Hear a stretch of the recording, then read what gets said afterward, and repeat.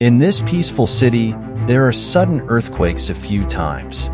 Then, huge fires erupt from the city's main hall, spreading fast.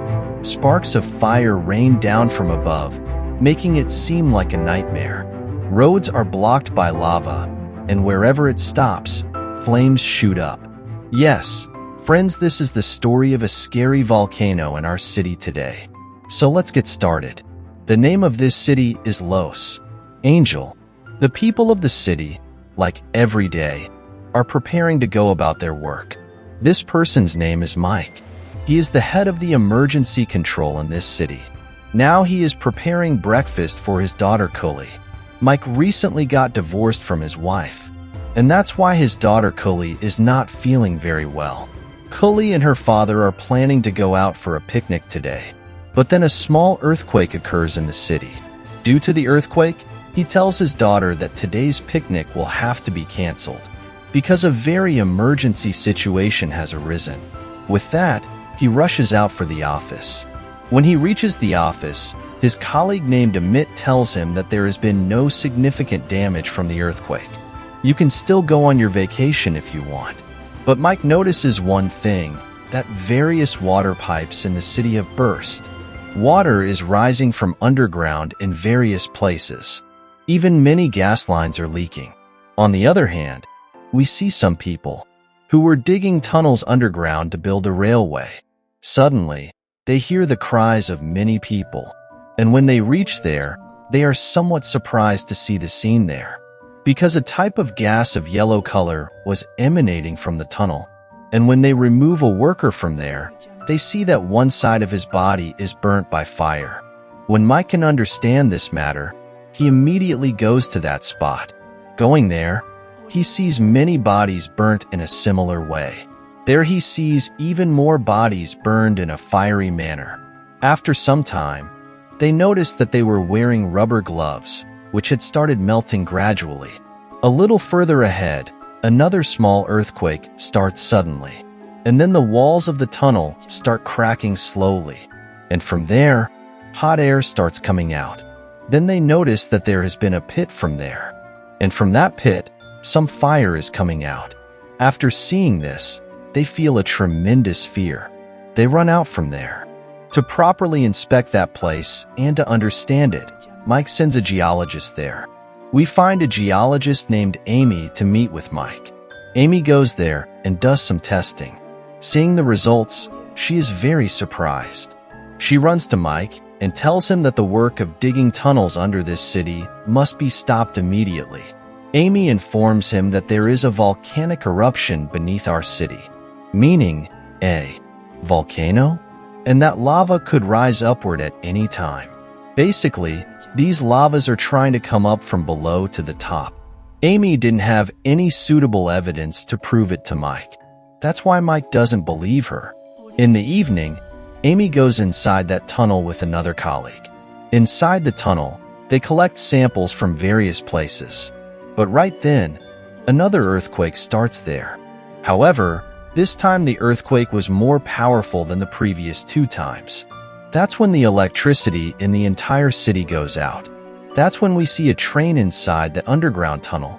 The train driver tries to stop the train, but he can't control the train in any way. As a result, the train has an accident. Due to that earthquake, the floor of that tunnel breaks. That's why Amy and her colleague are hanging inside that hole.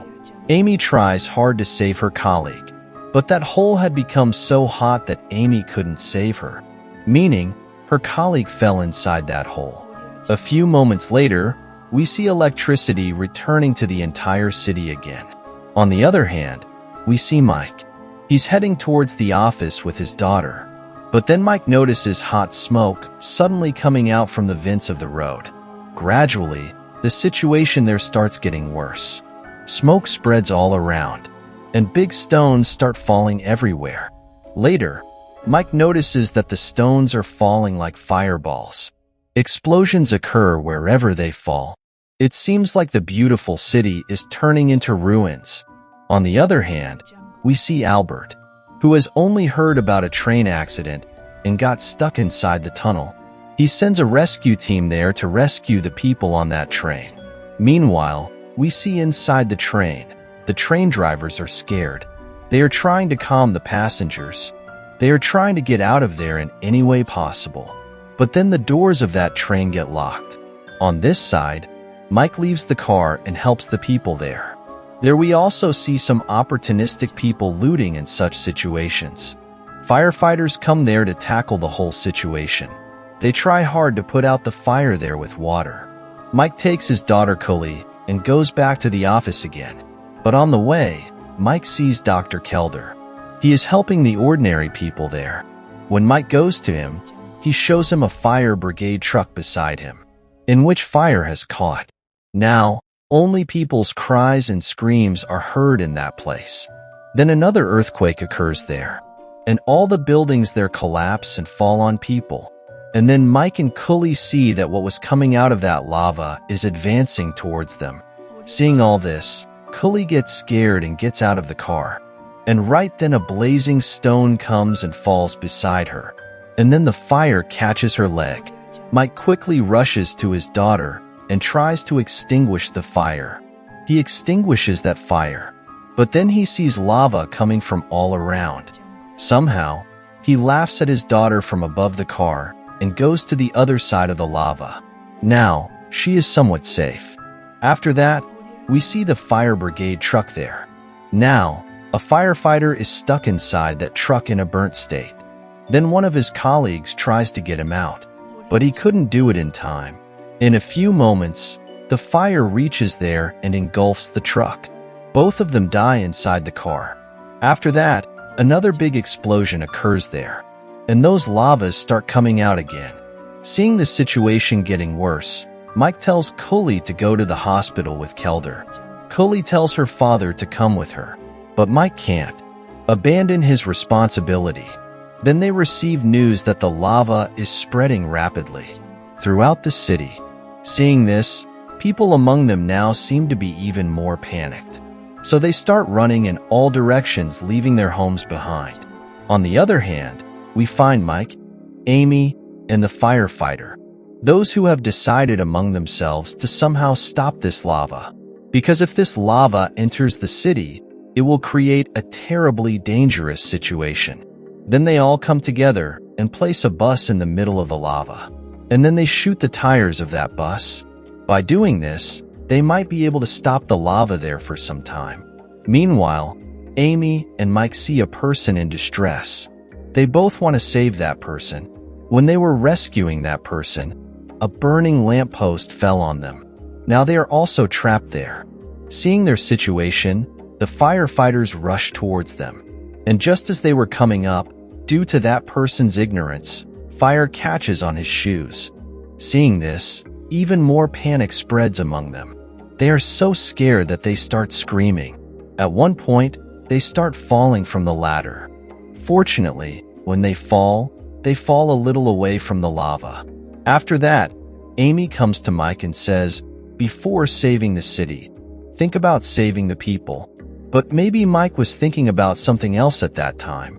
On the other hand, the firefighters, police, and city emergency personnel are digging big pits on the road to divert the path of the lava. But at that moment, those lavas start to reach underground through the tunnel. On the other hand, Albert and his rescue team have gone inside the tunnel to save the passengers of the train. There they see that the train passengers have become ignorant, so they have to take them out. Meanwhile, the lava has reached there. After taking everyone out, suddenly it occurs to Albert that although everyone has been taken out of the train, the driver of the train has not been taken out. When he goes to take him out, he sees that the driver is in an ignorant state. So he tries to bring him out from inside the train by pushing him on his shoulder. But because of this lava, the train has become so hot that when Albert was walking inside the train, his shoes were melting.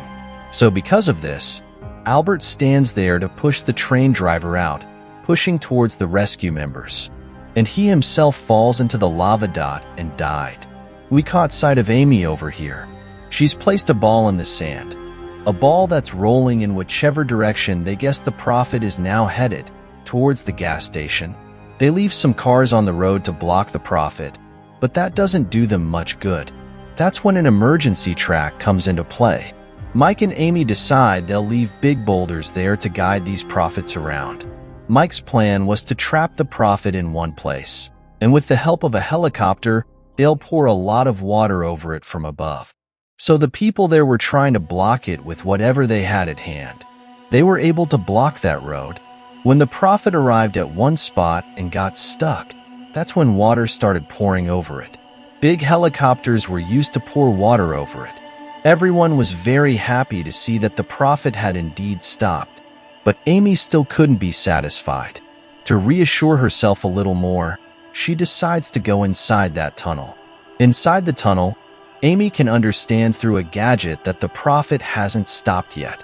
Instead, it's expanding inside the tunnel. She communicates to Mike that the Prophet hasn't stopped yet. Even if it gets stuck there, it will come out from another place. She further informs that perhaps the Prophet will emerge from where the medical team is treating everyone. Then she and Amy head back to where the Prophet is supposed to come out from. They send a camera there to see the Prophet's trajectory. But as soon as the camera is sent inside the tunnel, it is engulfed in flames. Then the Prophet starts coming out from that direction. They examine the Prophet's trajectory and realize that it's advancing rapidly towards their location. It will take just 30 minutes for it to reach their medical camp. Upon hearing this, Mike calls Kely and within 30 minutes instructs everyone to evacuate from there. Then they start planning anew. Suddenly, Mike has an idea. He points to a tall building and suggests that if they demolish that building with a bomb explosion, there will be a large pit here. And through that pit, the Prophet will change its trajectory towards the sea. And once it goes towards the sea, it will cool down. As a result, our city will survive completely. Then he tells Amy to return to the medical camp and to find his daughter Kely. Then Amy goes to the medical camp to search for Kely, but she can't find Kely anywhere. Actually, while searching for Kely, she has gone somewhere. Then we see people starting to bomb that building. They have only 20 minutes. But then another earthquake starts there, and everyone starts running away from there. People are running in fear in all directions. Many people get burned. Meanwhile, inside that building, we see a person stuck in a place. The rescuers are trying to rescue him, but they couldn't get him out alone. Meanwhile, the Prophet is advancing towards them. That's when the rescuer makes a decision. Though it's a life exchange, he will save the city from this Prophet. So he activates the bombs placed there. As a result, there is an explosion. When the building falls, Mike and his daughter Kely are standing beside that building. At that moment, the building is about to fall on them. But before the building falls, he picks up his daughter and that child from there. Before the building falls, he saves his daughter and that child from there. Then it is seen that the Prophet has changed its trajectory and is heading towards the sea. Seeing this, everyone there becomes very happy. On the other hand, Amy is seen. She's inside that monument.